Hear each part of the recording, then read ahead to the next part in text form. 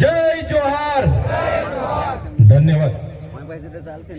આજની કવાંટની ક્રાંતિકારી ભૂમિ પર પરિવર્તન સભામાં અહીં મારી સાથે મંચસ્થ ઉપસ્થિત છોટાઉદેપુર લોકસભાના ઇન્ચાર્જ એવા મુકેશભાઈ બારિયા, છોટાઉદેપુર જિલ્લાના આમ આદમી પાર્ટીના પ્રમુખ એવા રાધિકાબેન રાઠવા, જેમને આપણે હમણાં સાંભળ્યા એવા મારા નર્મદા જિલ્લાના આમ આદમી પાર્ટીના પ્રમુખ એવા નિરંજનભાઈ વસાવા, આજે 3000 કાર્યકરો સાથે જેઓ વિધિવત રીતે આમ આદમી પાર્ટીમાં જોડાયા છે એવા પરેશભાઈ રાઠવા, સાથે લગામીથી પધારેલા અમારા યુવાન સાથી અને યુવાન આગેવાન એવા રાજેશભાઈ રાઠવા, સાથે આપણા સૌના વડીલ ડુંગરીના માજી સરપંચ એવા ભંગિયાભાઈ રાઠવા, સાથે આપણા કવાંટ તાલુકાના આમ આદમી પાર્ટીના પ્રમુખ એવા નવસિંહભાઈ રાઠવા, સાથે જે આપણા વડીલ છે દરેક સભાઓમાં અમે એમને આમંત્રણ આપીએ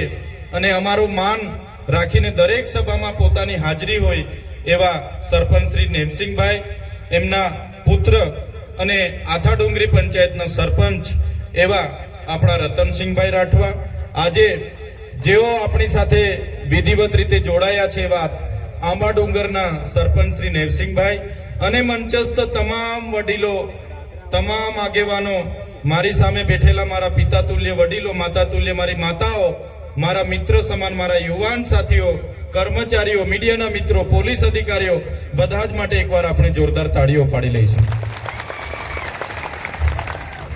સાથીઓ,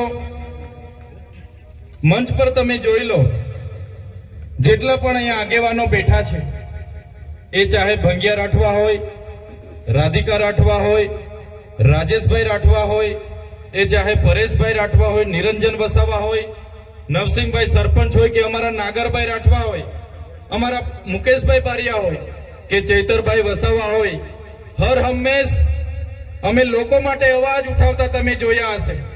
તમે મોબાઈલ ખોલતા હશો તો અમે લોકો માટે લડતા હશે, વિડીયો તમારામાં આવતા હશે.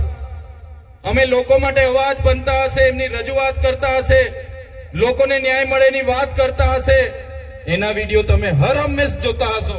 અને એક બાજુ ભાજપના નેતાઓ, તમે તમારા નેતાઓ તરફ જોઈ લો, એ નેતાઓ તમને ધમકાવવાનું કામ કરતા હશે, એમના વિડીયો ડરાવતા આવતા હશે, ધમકી આપતા આવતા હશે, એમના ફોન આવતા હશે, મીટર કપી લઈશું, કેસ થશે, પોલીસ મોકલી દઈશું, પાણી નહીં મળે, ઝૂંપડું નહીં મળે, એવી વાત કરીને ડરાવે છે કે નથી ડરાવતા? ભાજપના નેતાઓ ડરાવે છે ને?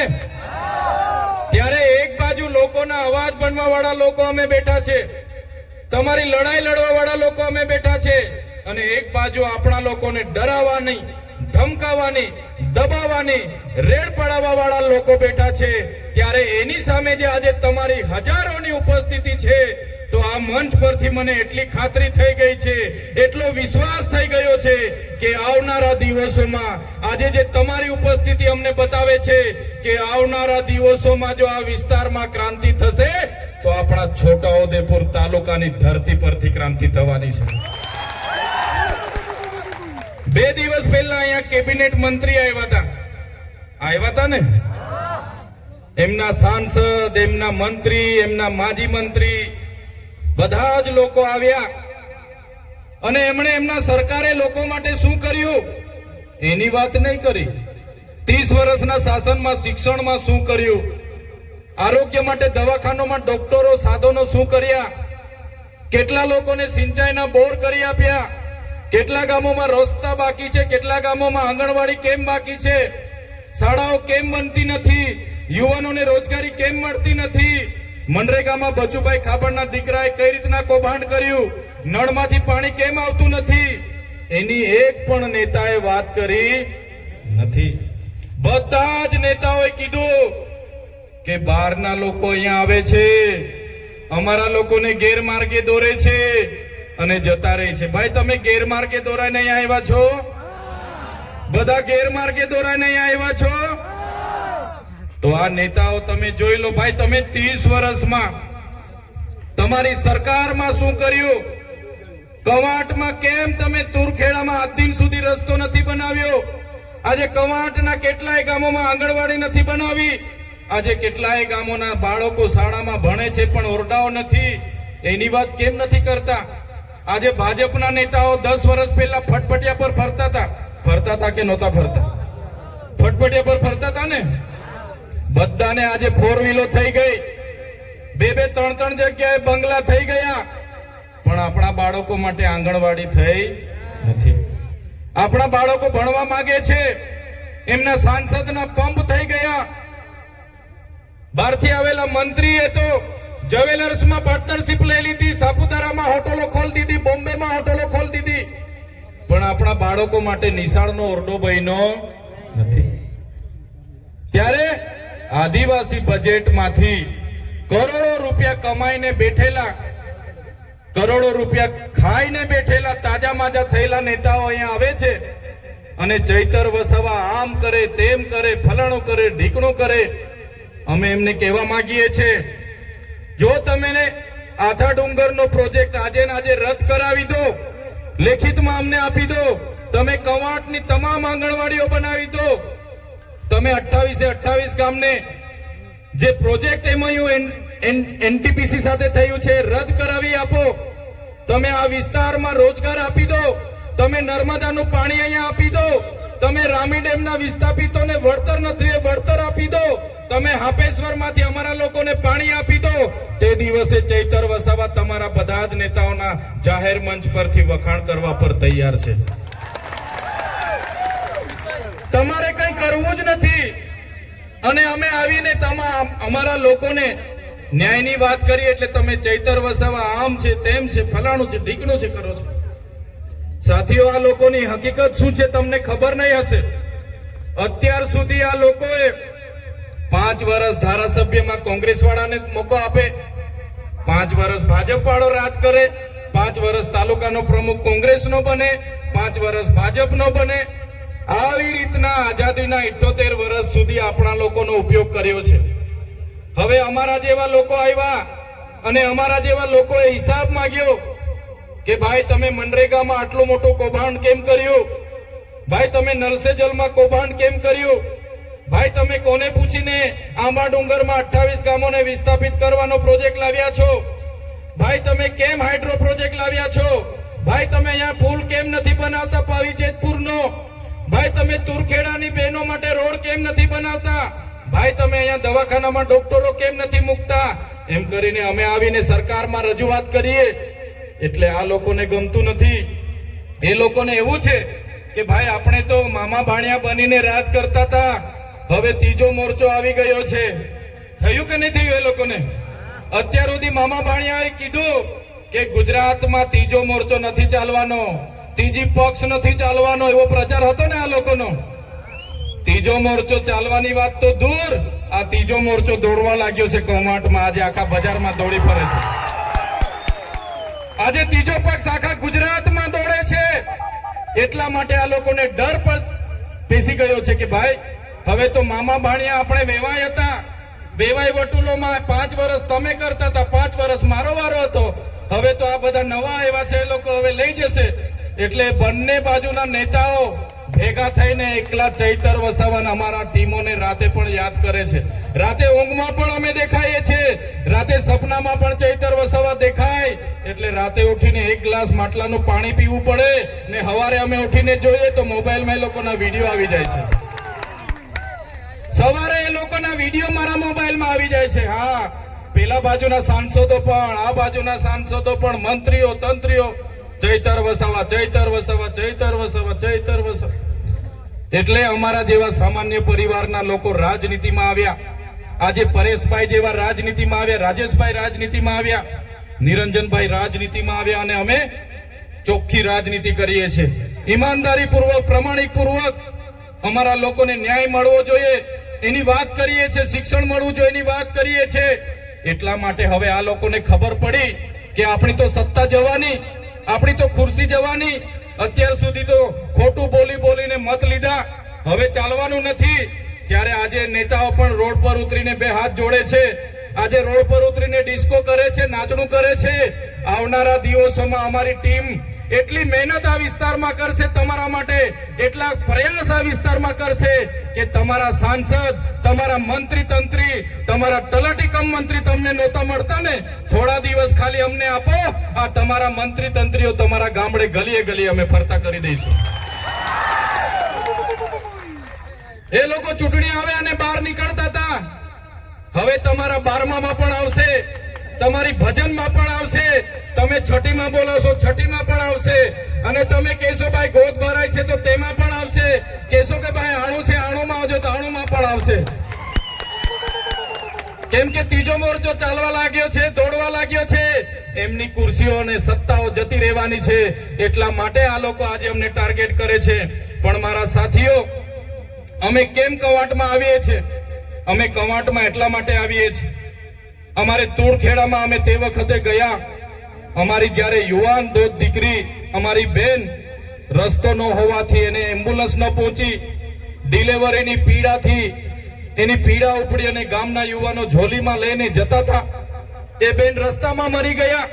એ બેનના ઘરે હું ગયો અને દીકરો નાનો હતો, એ દીકરો રડે, એનો પરિવાર રડે, ત્યારે અમે બેનનું દુઃખ અમે મહેસૂસ કરીએ છીએ.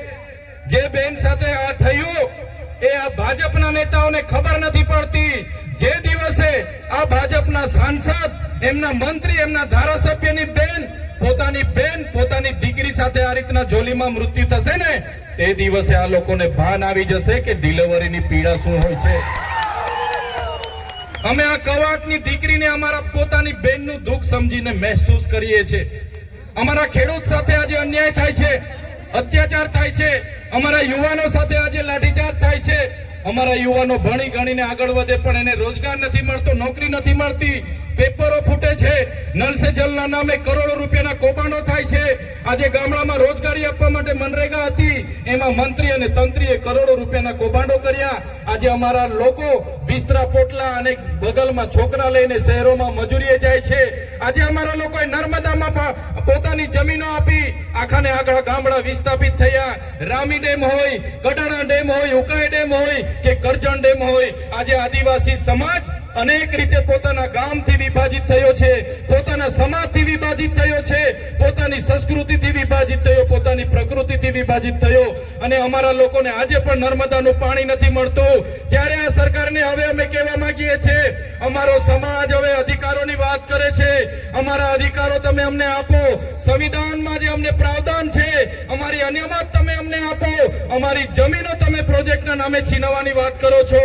ત્યારે આ મંચ પરથી કહેવા માંગીએ છે, આંબા ડુંગરમાં જે 28 ગામોને તમે વિસ્થાપિત કરવા માટેનું જે ગેજેટ બહાર પાડ્યું છે, ત્યારે આ કવાંટની ધરતી પરથી ભારતીય જનતા પાર્ટીના તમામ નેતાઓને, એમના મુખ્યમંત્રીને, એમના નાયબ મુખ્યમંત્રીને આ મંચ પરથી કહેવા માંગુ છું, અમારા આંબા ડુંગર વાળાના એક પણ લોકોને તમે છંછેડશો, તે દિવસે આંબા ડુંગરના લોકો માટે અમે અમારું ધડ આપી દેવા માટે પણ તૈયાર છે. છેલ્લા શ્વાસ સુધી અમે લડીશું. મને આ વિસ્તારમાં આવીને મંત્રીઓએ કીધું કે એનું દુકાન નથી. મંત્રીને ખબર હોવી જોઈએ, તમારા પ્રદેશના નેતાઓ, તમારા દિલ્હીના નેતાઓ મારા માટે મંત્રી પદ માટે લાલ બિછામ બચાવીને ઉભા હતા, લાલ જાજમ પાથરીને ઉભા હતા. મને તમારા પ્રદેશના નેતા અને દિલ્હીના નેતાએ કીધું, ચૈતરભાઈ તમે આવો, તમને કાલે મંત્રીમાં અમે ઉપાડી લઈએ, કાલે મંત્રી બનાવી દઈએ. પણ આ ચૈતરભાઈ વસાવા મંત્રી તંત્રી અને મુખ્યમંત્રી માટે નથી, અમારા આદિવાસીઓ માટે લડવાવાળા નેતા છે. ત્યારે શું તમે દુકાનની વાત કરો છો? શું તમે ઉધારની વાત કરો છો? તમારી દુકાન છે, તમે ઉધારની વાત કરો છો. તમારી દુકાન છે તો તમારી દુકાનમાં અમારા લોકોના જે જાતિના, અમારા ઓરિજિનલ રાઠવાઓને આજે જાતિના પ્રમાણપત્રની તકલીફો પડે છે, તમે એમના પર 15 જાતના પુરાવા માંગો છો. આજે અમારા યુવાનો પોલીસની ભરતીમાં જાય છે, એમને કટઅપ 40 લઘુત્તમ માર્ક લાવવાની તમે પરિપત્ર બહાર પાડ્યો છે. જે ઉચ્ચ અભ્યાસ કરે છે એવા વિદ્યાર્થીઓ માટે તમે પોસ્ટ મેટ્રિક શિષ્યવૃત્તિ બંધ કરી છે. ત્યારે તમારું સરકારમાં કઈ ઉપજતું નથી અને તમે કવાંટમાં આવીને તમારી દુકાનની વાત કરો છો. આ એ ચૈતર વસાવા છે, આદિવાસી વિદ્યાર્થીઓને જે ઉચ્ચ અભ્યાસ કરે એમને પોસ્ટ મેટ્રિક શિષ્યવૃત્તિ સરકારે બંધ કરી હતી. એ એ સરકારને ઝુકાવીને 460 કરોડ રૂપિયા અપાવવાની ફરજ પાડી એ ચૈતર વસાવા છે, તમારા જેવા માય કાંગલા નથી. આ ભીડ એ તમારા જેવા, અમારી પાસે 7 કરોડનો મંડપ નથી, અમારી પાસે 2 કરોડનો ડોમ નથી, અમારી પાસે 5 કરોડનું સ્ટેજ નથી, અમારી પાસે ભીડ લાવવા માટે 7 કરોડ 71 લાખ રૂપિયા ટ્રાઇબલના નથી, અમારી પાસે ડેકોરેશનના 16 કરોડ આદિજાતિ બજેટના નથી, અમારી પાસે મોબાઈલ ટોયલેટ માટે 2 કરોડ ને 40 લાખ રૂપિયા નથી, અમારા લોકોને નાસ્તા સમોસા ખવડાવવા માટે અમારી પાસે 2 કરોડ નથી, અમારા લોકોને ચા પીવડાવવા માટે 2 કરોડ નથી. અમારા લોકો આ સ્વયંભૂ અહીંયા આવેલા છે. આ લોકો કોઈ દારૂ ચિકન માટે આવ્યા નથી, આ લોકો કોઈ પૈસા પૈસા માટે આવ્યા નથી, આ લોકો સ્વયંભૂ આવેલા છે. અને એ લોકોની આત્મા આજે જાગી ગયેલી છે. ત્યારે તમે બધાને પણ વિનંતી કરું છું, તમારી આત્મા આજે જાગી છે, બીજા 10 જણની પણ આત્મા જગાડો અને આવનારા દિવસોમાં છોટાઉદેપુરમાંથી ભારતીય જનતા પાર્ટી હોય કે કોંગ્રેસ હોય, એમના સુપડા સાફ તમે કરી દો. આઝાદીના 50 વર્ષ કોંગ્રેસનું શાસન હતું. એ જમાનામાં ડેમોની પરિયોજનાઓ બની, એમના એમઓયુ થયા, પ્રોજેક્ટો થયા, રોડ થયા, કોરિડોર થયા, નહેરો નીકળી, હાઈ ટેન્શન લાઈનો નીકળી અને બધા જ પ્રકારના પ્રોજેક્ટો થયા. એ જ પ્રકારે ભારતીય જનતા પાર્ટીની 30 વર્ષની શાસનમાં એનું અમલ થયું. આજ દિન સુધી પૈસા એક નથી લાગુ, અનુસૂચિ 5 લાગુ નથી. આપણને જે આર્ટિકલ 230, આર્ટિકલ 330, 332 અંતર્ગત શૈક્ષણિક અને રાજકીય અનામત મળ્યું છે, એને પણ આજે છીનવવાની વાત છે. આપણા તમામ 73 ડબલ એના અધિકારો છીનવવાની વાત છે. પૈસા એક્ટ અંતર્ગત ગામ સભાના પાવરો છીનવવાની વાત છે. ત્યારે આજે મારા વડીલોને, મારી માતાઓને, મારા યુવાન સાથીઓને હું આહવાન કરવા માટે આવ્યો છું. આજે મંચ પર બેઠેલા તમામ સરપંચો, અમારા તમામ પદાધિકારીઓ તમારા માટે લડવા માટે તૈયાર છે. આ ચૈતર વસાવા તમારા માટે છેલ્લા શ્વાસ સુધી લડવા તૈયાર છે. પણ મારા વડીલો, મારી માતાઓ, મારા યુવાન સાથીઓ, તમને હું વિનંતી કરવા માટે આવ્યો છું કે હવે તમે તૈયાર થઈ જાઓ. આ લોકોના झूठा વાયદાઓમાં નથી આવવાનું. આપણી અસ્મિતા બચે, આપણી સંસ્કૃતિ બચે, આપણી જમીન બચે, એ માટે આપણે બધાએ તૈયાર થઈને હવે આવનારી ચૂંટણીમાં ઈંટનો જવાબ પથ્થરથી આપી દેવા માટે તમારે તૈયાર રહેવું પડશે. અહીંયા મંત્રી આવ્યા હતા 2-3 દિવસ પહેલા. એમણે કીધું એવો તો કોઈ પ્રોજેક્ટ આંબા ડુંગરનો નથી, એવો તો કોઈ પ્રોજેક્ટ હાઇડ્રો પાવરનો નથી. ત્યારે સાથીઓએ મંત્રીની જેમ હું હવામાં વાત કરવા નથી આવ્યો. એ મંત્રીને હું કહેવા માટે આવ્યો છું,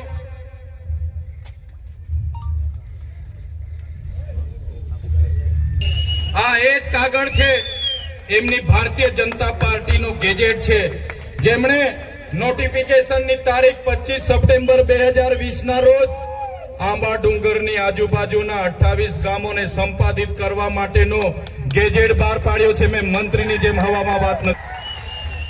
અને સાથે જ મંત્રીને કહેવા માંગુ છું, તમારા જેવા અમે પાર્ટીના ગુલામ નથી. અમે આ સમાજ છે તો અમે ચૂંટાઈને જે ધારાસભ્ય બન્યા છે. અને જે દિવસે અમારા સમાજને અમારી જરૂરત પડશે ને, તો આ મંચ પર બેઠેલા લોકો પેલી લાઠી ખાશે, મંચ પર બેઠેલા લોકો પેલી ગોળી ખાશે, પણ અમારા સમાજને અમે ન્યાય અપાવીને રહીશું, ન્યાય અપાવીને રહીશું. જે પ્રકારે પાડળિયામાં આદિવાસી સમાજના 12 ગામ ઉઠાડવા માટે પોલીસ અને જંગલ ખાતું ગયું અને ત્યાંના અમારા આગેવાનો એક થયા અને પાડલિયાના લોકોએ આદિવાસીનો પરચો બતાવ્યો. એ જ પ્રમાણે આવનારા દિવસોમાં જો અમારા આંબા ડુંગર અને આજુબાજુના 28 ગામ અને અમારા હાઇડ્રો પ્રોજેક્ટના નસવાડીના ગામના લોકોને જો પ્રશાસન હેરાન પરેશાન કરવા આવશે તો સમજી લો પાડલિયાવાડી અમે કવાંટમાં પણ કરીશું. પાડલિયાવાડી કવાંટમાં પણ થશે. જે જંગલ ખાતાને પોલીસના માથા તૂટ્યા હતા, એ જ પ્રકારે આવનારા દિવસોમાં અમારા એક પણ આદિવાસી ખેડૂતને અહીંયા ખોટી રીતે હેરાન કર્યો છે તો તમારા પણ અમે અહીંયા ભૂક્કા બોલાવી દઈશું. સાથીઓ, આ લોકોને ટેપ પડી ગયેલી છે સત્તામાં બેસીને પોલીસનો ઉપયોગ કરવાનો, જંગલ ખાતાનો ઉપયોગ કરવાનો. પણ આ મંચ પરથી કહેવા માંગુ છું, આજે જેટલા પણ આ કાર્યક્રમમાં પોલીસ વ્યવસ્થા માટે, કાયદો વ્યવસ્થા માટે ઉભા છે, તાળીઓ પાડી લો. જે પોલીસ અધિકારીઓ સંવિધાન પ્રમાણે સુરક્ષા, શાંતિ અને સલામતીનું કામ કરે છે, સેવાનું કામ કરે છે, એવા ઈમાનદાર, પ્રામાણિક અને નિષ્ઠાવાન પોલીસ અધિકારીઓને ચૈતર વસાવાના કળ ખાતે સલામ કરું છું મેં. પણ એ પોલીસ અધિકારીઓને પણ કહેવા માંગુ છું, જે ભ્રષ્ટાચારી છે, જે સાંસદ, ધારાસભ્ય, એમના મંત્રી તંત્ર, એમના ભાજપના નેતાઓના ઇશારે અમારા લોકોને હેરાન પરેશાન કરવાનું કામ કરે છે, એસી ચેમ્બરમાં બેઠેલા એસપી ના ઇશારે, આઈજી ના ઇશારે અહીંયા ખોટી ખોટી રીતે દંડો ઉઘરાવે છે, રેડ પાડે છે, એ પોલીસ અધિકારીઓને પણ કહેવા માંગુ છું, અમારા લોકોને હેરાન પરેશાન કરવાનું છોડી દેજો, બંધ કરી દેજો. ખોટા કેસ કરવાનું બંધ કરી દેજો. નહીં તો જે દિવસે અમે રોડ પર ઉતરીશું ને, તે દિવસે તમારા બધા જ પોલીસ અધિકારીઓ જે એસી ચેમ્બરમાં બેસીને આદેશો કરે છે, એમના પણ અમે હિસાબ કિતાબ કરી દઈશું. સાથે જંગલ ખાતું, આ આદિ અનાદિકાળથી અમારો સમાજ આ જંગલમાં વસનારો છે. આદિવાસી એટલે આદિ અનાદિકાળથી વસનારો આદિવાસી. અને આદિવાસી આ જંગલો સાચવ્યા છે.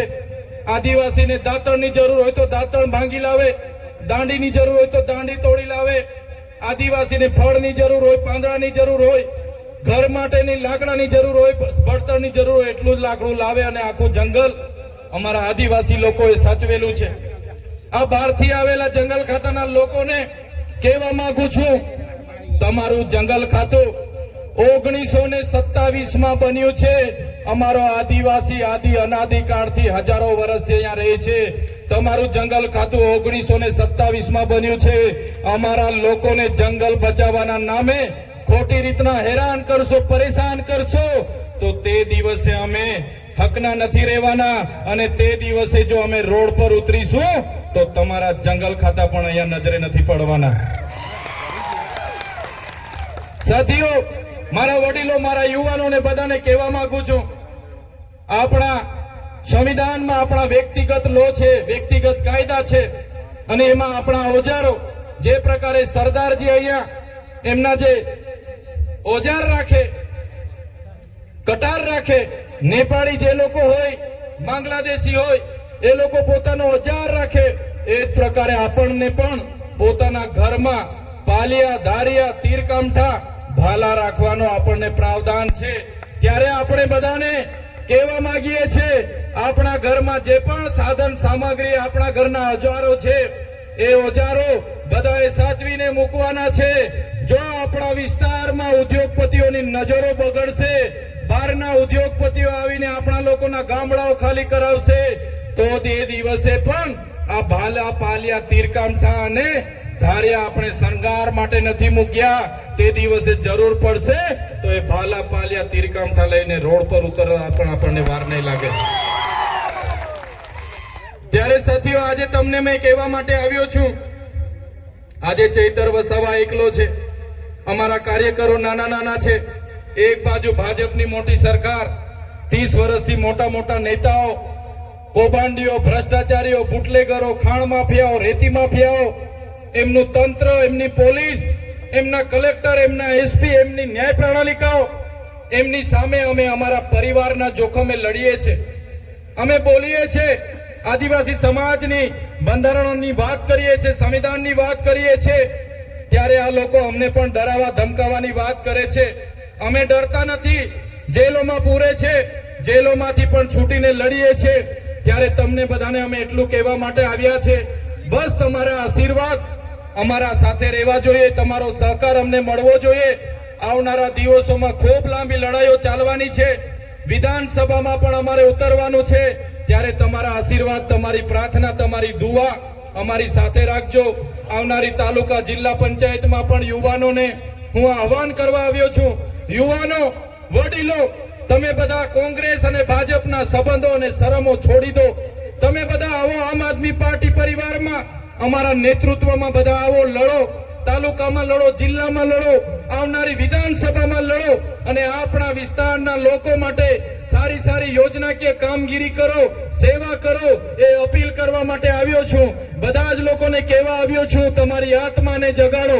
ક્યાં સુધી લોકોને ભાઈ બાપા કરીશું, અનાજ માટે લાઈન પર હાથ જોડીશું, બેંક માટે લાઈન પર હાથ જોડીશું, જાતિના દાખલા માટે લાઈન પર હાથ જોડીશું, યોજના માટે ઝૂંપડા માટે હાથ જોડીશું, ક્યાં સુધી આપણે મીટર માટે હાથ જોડીશું.